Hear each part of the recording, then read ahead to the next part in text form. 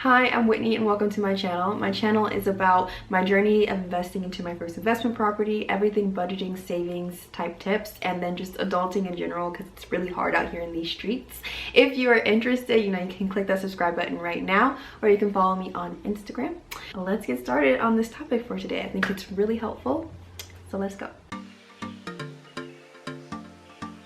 So if you clicked on this video, you know it is about budgeting types or budgeting methods. And I am in no way, shape, or form an expert, but I do use one of these methods, and I personally think it's the best of them all, but that's because I use it and I have a template out for it. But if you are interested in just learning different types of methods out there that work for you, then these are 3 that you can consider. So with the envelope method, you take what you make for the month, your income, and you turn it into cash. That cash is then divvied up into different envelopes based on specific amounts for categories. And once you have spent all the money that's in that envelope, you basically run out of money for that category. So let's say we're gonna pretend like these are envelopes, and you've got your rent and your utilities and your groceries, and basically all of your money is split into these different envelopes. Obviously there would be more categories, but I just don't have envelopes readily available around, so I used note cards. This is more of a stricter budget just because once you empty this envelope, you no longer have any money for this category. I would say a huge benefit of this budget is that you actually get to see the money that you're spending. An issue that we have nowadays is that our debit cards and credit cards don't allow us to see what we're spending. Whereas if you have cash on hand at all times and you're always spending with cash, you know how much money you have left in that envelope because you know it's a very limiting amount. The next 2 methods we're going to be looking at, I'm going to be using my screen for visual purposes so that you can understand better, but I will be down here at the bottom of the screen for you. Your income is broken down just like the name of the actual budget. 50% goes towards needs, 30% towards wants, 20% towards savings, and that is basically how you're divvying your money up. So let's say that you have an income of $3,500. $1,750 would go towards your needs, which is 50%. $1,050 would go towards your wants, and $700 would go towards your savings. So within each percentage, you have your actual categories. So like for the 50%, you have your needs, your rent, utilities, phone bill, car insurance, transportation, groceries, anything that you consider to be a need, a necessity for you to live, goes under this 50% bracket.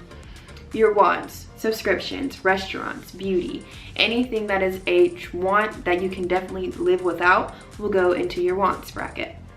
And then your savings, like a vacation fund or personal savings fund. This pie chart here breaks it down a little bit better for you to visually see. I think that there are pros and cons of this budget. For one, it is a super simple budget and great for beginners. It's breaking down into percentages so you don't have to worry about extra things going on. But I think that the cons of this is that for one, there's no room for you to give per se. I guess you could make that a need, but is it really? No. And there's also no room for really growing your money and paying off debt. So with your savings, this could be 20% towards savings / debt, but if you don't sacrifice a little bit more, then you're probably not going to make as much of a huge leap within your debt or within your savings as you would like. So this one is great for beginners and maybe people who don't have any debt or who aren't concerned about paying off their debt.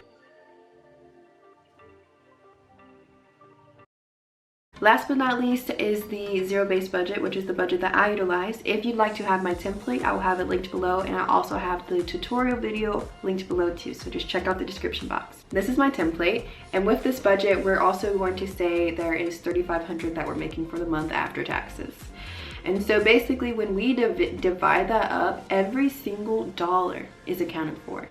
The purpose of this budget is basically no dollar left behind. So you know where every dollar is going and every dollar is accounted for. That was just 3 different ways of saying the same thing. So your income minus your expenses equals 0 is what the zero-based budget means.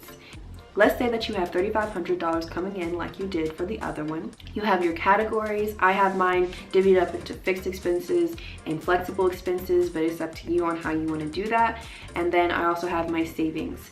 And with down here, I could also have a debt portion, but I do not have debt, so I don't have to worry about that per se. The difference between the 50-30-20 budget and this budget is that it's not based on percentages for needs, wants, and savings, whereas this is like whatever you decide you want your expenses, like your fixed expenses and flexible expenses, to be, is however much it is. It's just not based on a calculation or percentage of your income. I have this made so that the savings at the bottom is just a subtraction of my total income minus my expenses, which gives me my savings.